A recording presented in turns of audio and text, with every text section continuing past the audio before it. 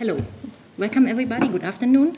I would like to welcome you to our, I think it's the fourth lecture intervention within the project Transpositional Geologies. And I would like to welcome you in the name of the Mineralogical Museum.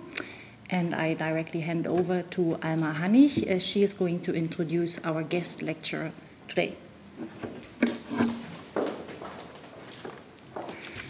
Hello, welcome. Also from me, I'm the main coordinator for the University Museums and Collections, and I have the pleasure to introduce our speaker today, Prof. Basu. He is an anthropologist specializing in critical heritage, museum, and material culture studies in transcultural contexts. Prof. Basu studied social anthropology at University College London, where he received his PhD in 2002. He subsequently held a lectureship, then senior lectureship in anthropology at the University of Sussex before taking up a readership at the Institute of Archaeology at the University College London, where he coordinated its renowned museum studies program. He became professor of anthropology and cultural heritage at University College London in 2014 and professor of anthropology at the School of Oriental and African Studies at the University of London in 2015. And he joined the University of Bonn as Hertz Chair for Global Heritage in 2022. Before becoming an anthropologist, he trained and worked in film and television production. He has designed and curated numerous exhibitions and museum spaces. And now Prof. Basu is director of the Global Heritage Lab, which brings together an international team of researchers to experiment with decolonial approaches to activating the possibilities of historical collections and archives, not least to address the social, environmental, and planetary crisis of our time. Paul, you have the floor. Great. Well, thank you very much for that warm introduction and welcome, and I'm very pleased to be part of the series linked to the Transpositional Geologies project here.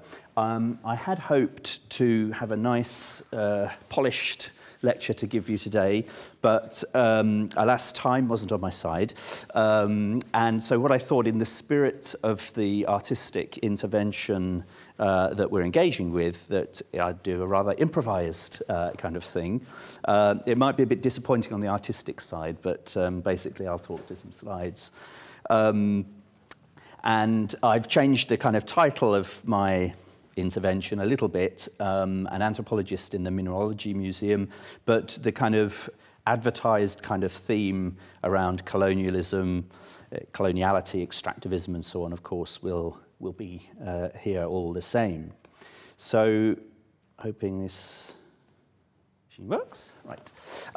Yeah, so as my little title suggests, I'm having a little wander around the Mineralogical Museum and really just trying to think through, as an anthropologist, this strange space and the kinds of strange things that go on here.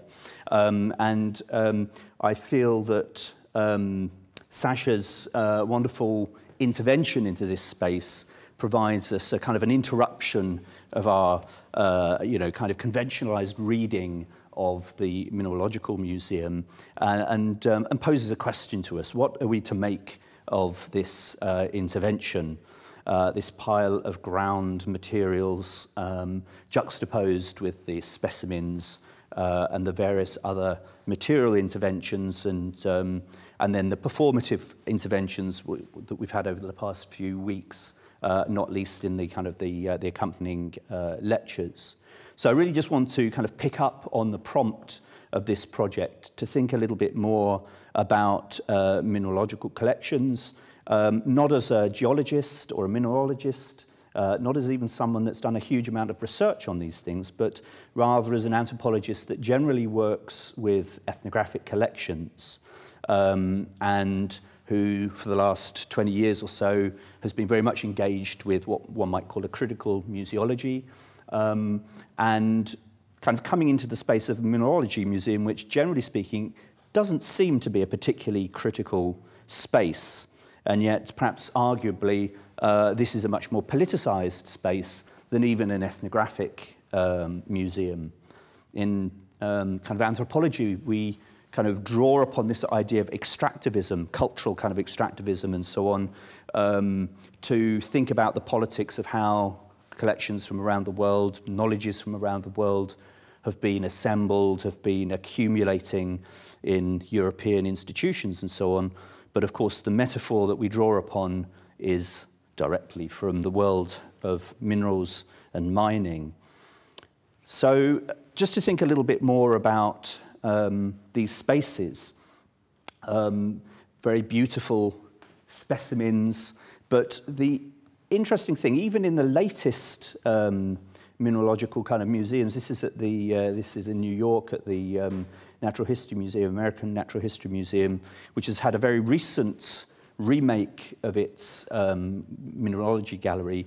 We see very little of this politics. So there's a slightly more knowing identification that there are more than one ways of kind of classifying these specimens.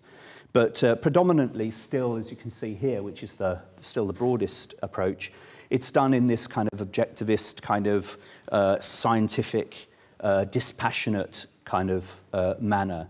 These objects are collected as specimens, as kind of type specimens, to identify the various different elements and so on.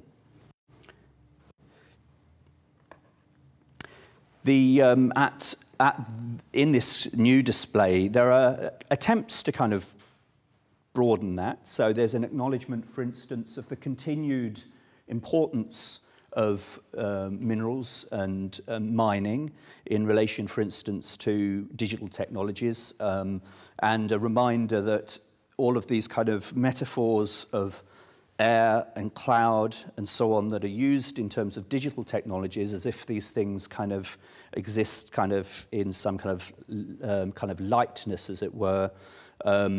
It's reminding us very much that these are actually deeply involved in continuing mining for particularly rare metals and so on. The kind of elements in which we can actually see some kind of question of the geographical locatedness of these things outside of this scientific framing, and perhaps the involvement of humans in some way in this kind of process, is one kind of section that I found here, which is to do with minerals from Myanmar. But again, even if you can see the photograph here, it's a rather pleasant scene, if you think about it, of mining, doing a bit of panning in a river with some nice mountains in the background. It doesn't seem a particularly oppressive kind of environment. But of course, as if you're here, you'll know, this kind of idea of an apolitical space of geology and mineralogy has been contested in the recent years. And in fact, there's at least 30, 40 years of literature that's bringing a more critical kind of engagement to this, but it's had a kind of renewed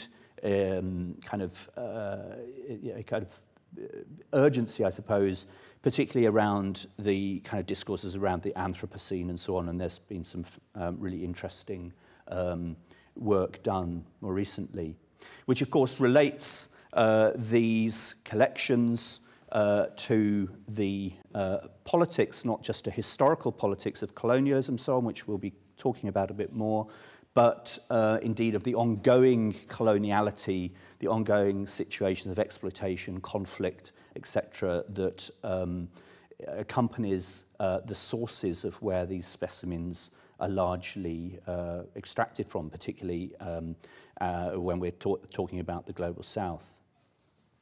So I want to start, and apologies for a rather Anglocentric kind of set of case examples to think through. That's the kind of context I know best. This is the Natural History Museum in London, which has been kept purposefully in this somewhat kind of old-fashioned kind of a style. Just to pick one specimen from among the thousands there, to think about the hidden kind of history, the hidden politics of these seemingly apolitical, ahistorical specimens. So this one, as you can see, I've kind of blown up the little label, and this is very typical of the labeling of this whole gallery here, and the kind of provenance of this particular specimen is written as Broken Hill, Northern Rhodesia. And I took this picture like 2 years ago, as I've noted here. Northern Rhodesia hasn't been Northern Rhodesia since 1964. Broken Hill hasn't been Broken Hill since 1966, and yet this is a contemporary display of these materials. Even if they had troubled to, well, I can't even say they're updated because this, I'm sure, hasn't been printed that long ago, this little label. They haven't simply troubled themselves to reflect independence, for instance. But even accepting that kind of insensitivity, clearly there's not very much information about this other than the fact of what the actual material is itself. And of course, Broken Hill, which since '66 has been, I don't know if actually it was called Kabwe before, but I assume it was. So this, of course, ties us into a history of mining in the copper belt of Zambia and all of the colonial entanglements and exploitation and so on that involved. And as we know, this was the very purpose of colonial expansionism in this kind of context. So again, coming from the ethnographic, we tend to think of the ethnographic as this deeply problematic kind of space. But in some senses, this kind of ethnographic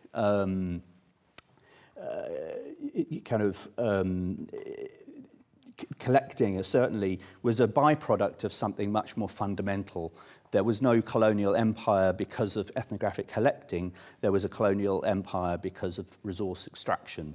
And the other elements were very much alongside that, of course, justifying through different kinds of racial ideologies and the rest of it too. But the railway in particular, opening up an interior of southern Africa, and you can see here just a kind of a quick kind of demonstration of the complexity of the routes, for instance, the railway coming in from Beira on the coast of Mozambique, and then through into what was then southern Rhodesia, northern Rhodesia to Broken Hill, and to extract the lead and copper, etc. And you can see some photographs here of a steam engine being unloaded actually there on the coast, but and then the station in Kabwe. It's an interesting, as an anthropological point of view, certainly a British anthropology, the copper belt's well known within anthropology, not so much because of the mineral wealth and a critique of that, but from the social point of view. So in the 1930s, there was a kind of a whole school of anthropology developed, which became associated with Manchester, the Manchester School, which had a link with what was called the Rhodes Livingston Institute. And the idea here was to actually study African modernity. And this was quite an innovative thing within anthropology, which had been primarily concerned prior to that with, primitive culture as it was described. And this was a turn, as it were, to consider kind of urban communities, and particularly a process that was sometimes called as kind of detribalization. And you can see, sorry, it's such a bad image, Godfrey Wilson's book, Economics of Detribalization in Northern Rhodesia, is a classic volume here. And what these anthropologists were doing, basically, was studying how people, particularly men from the surrounding areas, rural areas, were attracted to the new urban centers around mines, and which, of course, brought together people from different cultural, linguistic backgrounds, and created this new kind of urban settings. And this research institute was very much interested in these processes of transformation and so on. And of course, since then, there have been many other analyses of this from different kinds of perspectives. And I've just put a few titles up there for you to see. And of course, this is not only about histories, this is also about the kind of contemporary situation. So the politics, the economics of mining continued in this kind of globalized context. So this is not simply a story of colonial histories, it's about the coloniality of mining in the present, resource extraction in the present, and social relations in the present. To take another example, this is a specimen of mica from India. And again, I'm just thinking about this notion of indexicality. And so our specimen, for instance, sitting in a museum in London or Bonn, for instance, takes us back to think about one way we can think about this is how it can index particular colonial histories, for instance, of mica mining in India. But of course, then also we can index in other kinds of ways to present-day mining situations and the continuing kind of social and justice issues around this. So coming back to the kind of the museum and the kind of entanglement, if you like, of this kind of colonial mining enterprise and the museum. Where does this happen? So on the one hand, of course, this is about the collection, the reference collection being accessible for a kind of scientific kind of purpose. But we should never forget this is also linked to industry and capital exploitation. And in the British context, at least, there were museums which really made this very clear. So this is a picture of the Museum of Economic Geology, for instance, in London, which was established in the 1840s. And there were similar museums, for instance, at Kew, there was the Museum of Economic Botany.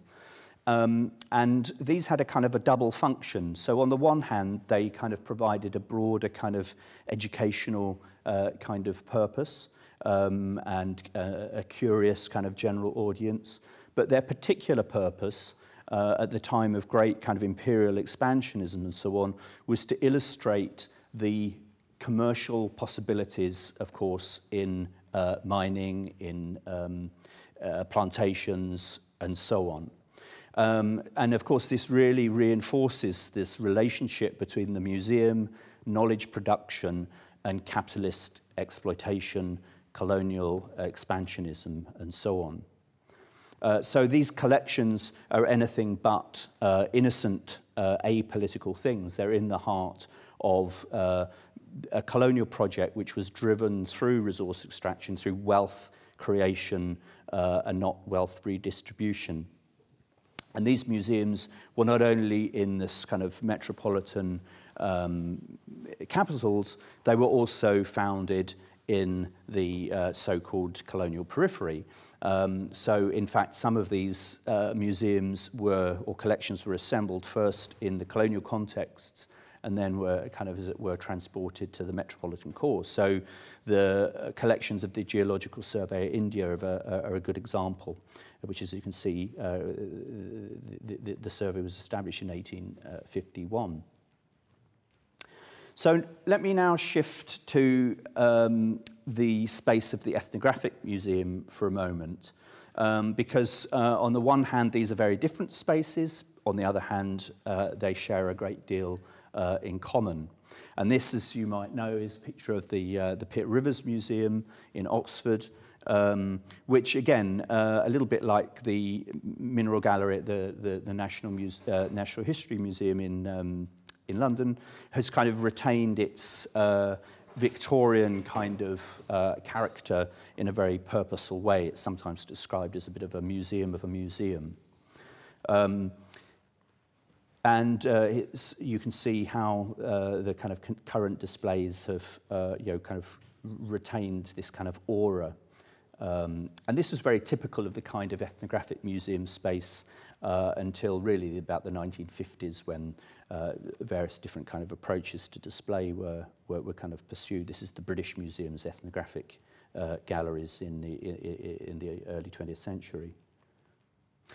And so I want to come to a very kind of well-known example. So both the British Museum, the Pitt Rivers Museum, very many museums in Germany, of course, have collections that were looted from Benin City in the 1897 punitive expedition.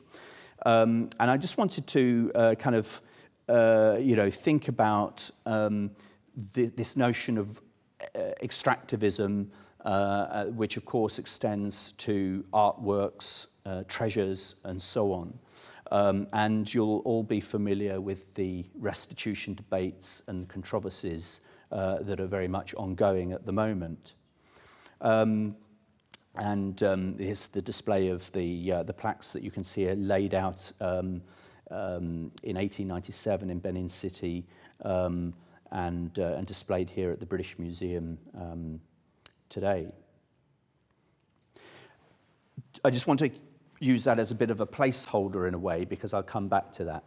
But not all ethnographic collecting, or what's become kind of known as world art, world cultures collecting, was so straightforwardly a matter of looting, a very obvious type of extractivism, and so on.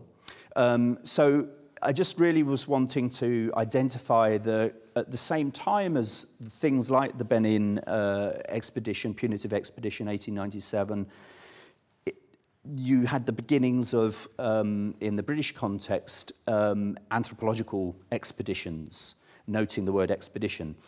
So this is 1898, and the famous Cambridge expedition to the Torres Strait, which was led by some of the kind of founding figures of British anthropology, Haddon, Rivers, and so on.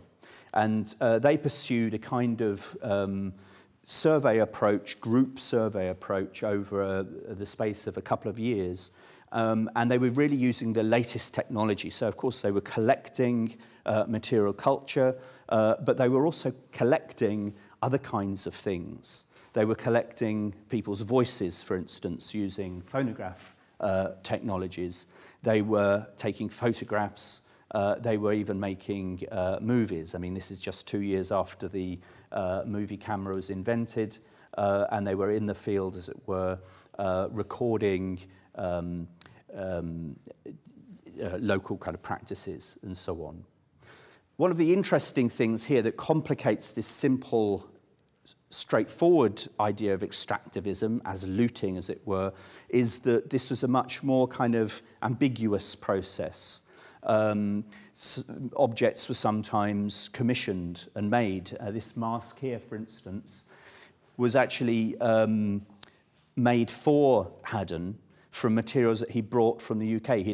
He was a marine biologist who'd had an earlier research expedition as a marine biologist 10 years before this anthropological expedition, and he'd witnessed these cultural practices taking place, in the kind of the dominant paradigm of that time was this notion of salvage ethnography, and these were practices through the incursion of missionaries in particular that were perceived to be on the edge of extinction. So he actually made sketches and drawings and then returned with materials through which these things were actually made by people. So we need to be cautious about understanding everything in the ethnographic museum as loot, but that of course doesn't mean to say this same kind of extractivist logic wasn't in place. This is people who were collecting in this salvage mode all kind of aspects of cultural practices and material culture, bringing them back to these centres of accumulation, like the Pitt Rivers Museum or the Museum of Archaeology and Anthropology in Cambridge, and giving very little back. And it's interesting to have a look at the kind of anthropological methodological guide of the time. Again, in the British context, Notes and Queries in Anthropology was the kind of go-to book, and it was every so many years it was revised with the latest kind of thinking. And you can see here in some selections of pages in here, guidance of how to collect language, how to make ethnographic collections, how to take photographs. And again, all of these extractive practices which aimed at assembling knowledges in an encyclopedic kind of way in the ethnographic museum and the university. My own, one thing of my own research has involved a similar kind of process, looking at a series of surveys in Nigeria and Sierra Leone by this man, Northcote Thomas, who was a government anthropologist. So, and in fact, in the UK situation, he was the first formally appointed government anthropologist, trained professional anthropologist by the Colonial Office. So this entanglement between colonial expansion, governance, and so on, and the practice of anthropology was kind of unquestionable. It was these were anthropologists in the employ of the colonial governments. And the purpose of these kinds of surveys was to inform colonial governance, particularly in the context of indirect rule, which relied on understanding or pretending to understand the local political structures and so on, so that they could be interfaced with colonial laws and so on. But anthropologists like Thomas were only peripherally interested in these colonial projects. Their main objective was simply to perform anthropology. So many of the materials that they extracted really served this scientific project of knowledge production. And again, like the Torres Straits expedition before him, he collected similar kinds of things, material culture, sound recordings, made lots of photographs. He also collected botanical collections, for instance.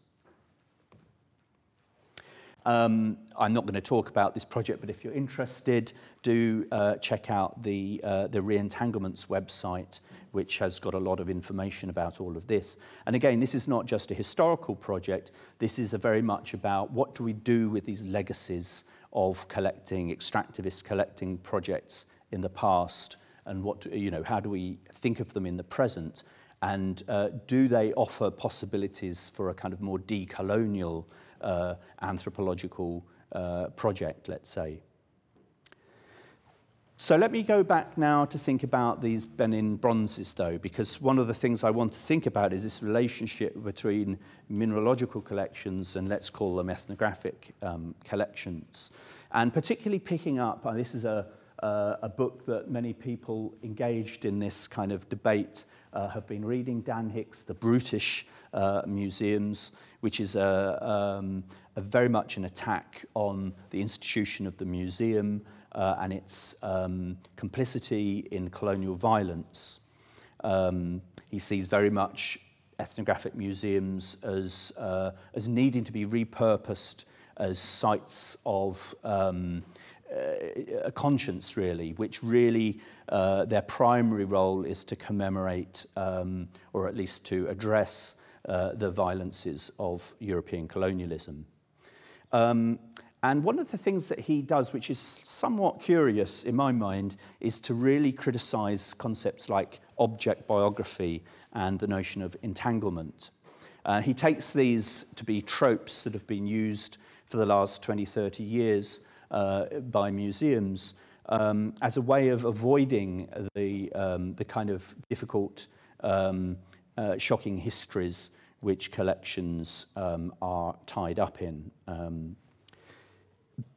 I'm curious for it because it's actually a rather superficial reading of a rather sophisticated argument. And so this notion of the cultural biography or the social life of things comes from this well-known anthropological book edited by Arjuna Pajarai, published in 1986.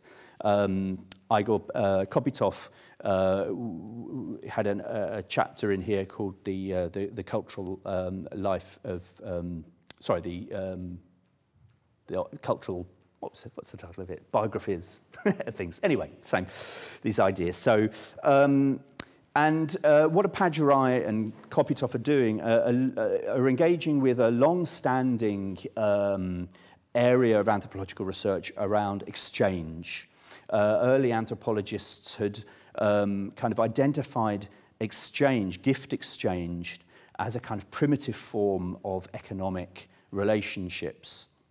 But actually, this was very contested because it wasn't, of course, as if there weren't other forms of economic exchange as well. And it was a bit like constructing a kind of an alternative, as it were, to kind of Western modernity, searching for these kind of alternatives. In fact, what anthropologists showed was that things go through different kinds of what they call regimes of value. So a commodity can become decommodified, and something that isn't a commodity can, of course, become commodified. And Kopitov, in particular, was interested in how this related to slavery, for instance, how people could be commodified through the slave trade, and so on.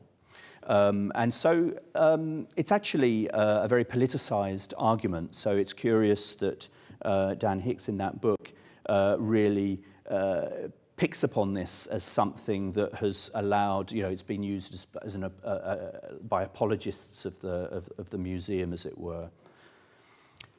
But there's some truth to that, insofar as, at a superficial level, this idea of the object biography has been picked up by museums as a way to kind of open up the stories that objects tell, okay, and not always critical historical perspectives, but sometimes celebratory perspectives that might actually, for instance, celebrate empire in certain ways. And a kind of classic example of this would be Neil MacGregor's book, A History of the World in 100 Objects, which was a kind of a radio series in the UK, and then a book, a very popular book, where 100 objects are selected from the British Museum's collections from all around the world. Through each object, unpacking its object biography or a particular biographical telling of the object, you're piecing together a kind of a world history, okay? From the earliest known human-made artifact through to a credit card, I think was the kind of the time kind of span. And this was a very kind of popular thing. But of course, it was the politics of how these objects from different periods of human history and from very different places in the world arrived in this singular institution, allowing this singular institution in a singular capital city in Western Europe to tell this world history is quite absent in such a book. And a kind of decolonial kind of museum activists have kind of drawn upon this seemingly apolitical presentation. So, for instance, opening up this idea, so there's this one group that have produced a website called 100 Histories of 100 Worlds in One Object, really just showing how any object you can take, actually you can tell these multiple stories and contradictory stories that actually challenge each other. So this idea that objects tell a singular story is, of course, deeply contested. And again, you might think, for instance, of the mineralogy collection, where there's a simple idea that this is a specimen of a particular mineral, and that's its story. That seems to be how it's presented in some of those museums we looked at earlier.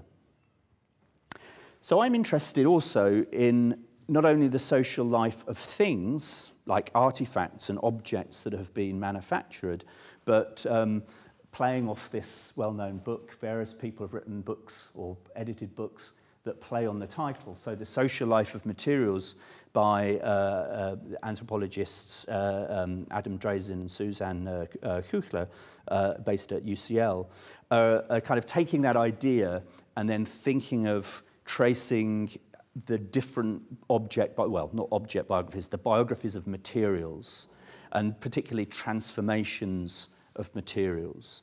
And you can see even just from the cover here, this kind of engagement with the materiality of ethnographic kind of objects, textiles and so on, how they go through different kinds of changes.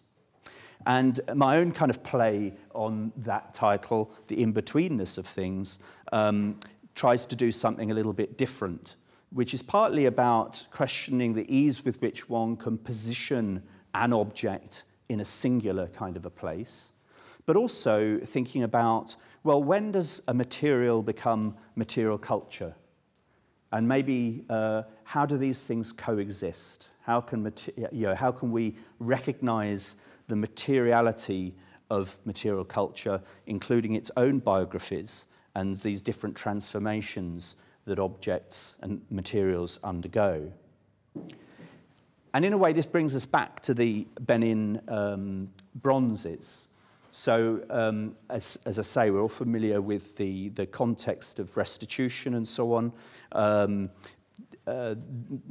October last year, the Smithsonian Institution in the States, for instance, made a return of 29 bronzes in its collections and so on. And interestingly, this was contested by a group based in New York. And it was a group of African Americans. You won't be able to read this, but it's setting out the argument in this letter, Restitution Study Group it's called. And this was a group of African Americans who basically argued that based on the literature around the Benin bronzes, that the Benin bronzes were made from materials that had been used in the exchange for their ancestors in the slave trade. So they're contesting, well, where does the object begin, as it were? Is it the finished artwork that was looted by the British from Benin City? What about the materials, the material journey that was actually exchanged in this process described by Kopitov as this, transition through commodity to decommodity, etc., for their ancestors in the slave trade? And the objects at the heart of this are these things. These are manillas made of brass, and these were one of the main currencies, as it were, used in the slave trade in West Africa. And you can see some of the bronzes themselves, the Benin bronzes themselves, which represent Portuguese traders and so on, and prominently with these manillas. So these were wealth. And the manila as a form of currency in Nigeria, for instance, continued to be used up until the 1940s. You can see even here on a banknote. Today, you can still see a picture of the manillas in the corner there. So, if we actually think about these manillas transforming into these artworks, of course, these manillas are already made objects. And if we look at where they were sourced, so we're doing a little bit of research at the moment, actually, because the manila as a form, of course, has a long history too. In the 18th century, they became increasingly manufactured in Britain from Birmingham, actually known as Birmingham manillas. And what we're trying to establish is where the metals that went into the manufacture of these was actually sourced. So we can trace this back. They were made in Birmingham, which was the centre of the brass industry in the 18th, 19th century in Britain. But they were made from ingots that were smelted probably in Swansea, which was a huge centre for the copper smelting industry. And in the 18th century, increasingly, the raw materials that created from which the copper is extracted was coming from South America. So here we've got another colonial entanglement in these things. These are not even just originating in Britain, but they're actually already involved in a transatlantic kind of journey. So, thinking about our object biography of the specimen of a copper ore there, it's entangled also in these complex kinds of histories. And just recently, a colleague in Bochum did this study of earlier manillas and discovered this is from the kind of Portuguese period, so this is from the kind of 16th, 17th century in particular, and indeed traced the manufacture of these manillas to the Rhineland itself, to Aachen and so on. And these were often produced from ores from Sweden and kind of Central Europe. So again, one finds that actually the Rhineland itself is entangled in this history of slave trading and so on, albeit indirectly through the production of these manillas, which were then traded through Portugal to West Africa. But I mean, if you're following the money, you can certainly see how banking families and so on in Germany were absolutely, and industrialists in Germany were involved in this. So thinking, and I know you've got a copy of Capitalism and Slavery in your pocket, thinking of how we understand the migrations, the politics of materials and material culture, we can see that they're actually very much interwoven and indeed inseparable. And one of the problems with the debate around restitution, and this isn't an argument against restitution, I hasten to add, it's an anthropological stepping back and finding a further twist in an already very complex and long tale. So it's not to suggest that there should be, one should arrest this process of return, for instance, quite the opposite. But it's interesting to see that if we only tell the story, for instance, of the Benin bronzes from the point in 1897 when they were looted and then turned into commodities in the Western art market, for instance, sold to museums and so on, and now being displayed perhaps in places like the British Museum and elsewhere as kind of portrayals of imperial power and so on, and now possibly being returned to West Africa in a kind of performance of museum ethics of some kind, or as a kind of diplomatic gesture and so on. If we actually take that story back, we find many other transformations. And interestingly, each of these involves other forms of injustice and so on.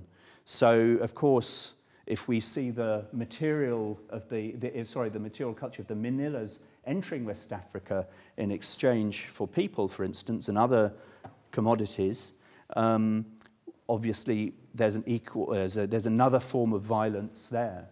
Even the production of the manillas themselves, of course, was done in the context of the development of a capitalist kind of exploitation of labor relations and so on. And you can take that back. The mining of the materials, of course, also involved these kinds of relations. So I think my time's probably up. So I'll leave it there. But hopefully that's been a few thoughts provoked by hanging around in the Mineralogy Museum and thinking of the complex stories that specimens of minerals could tell us in different kinds of political ways.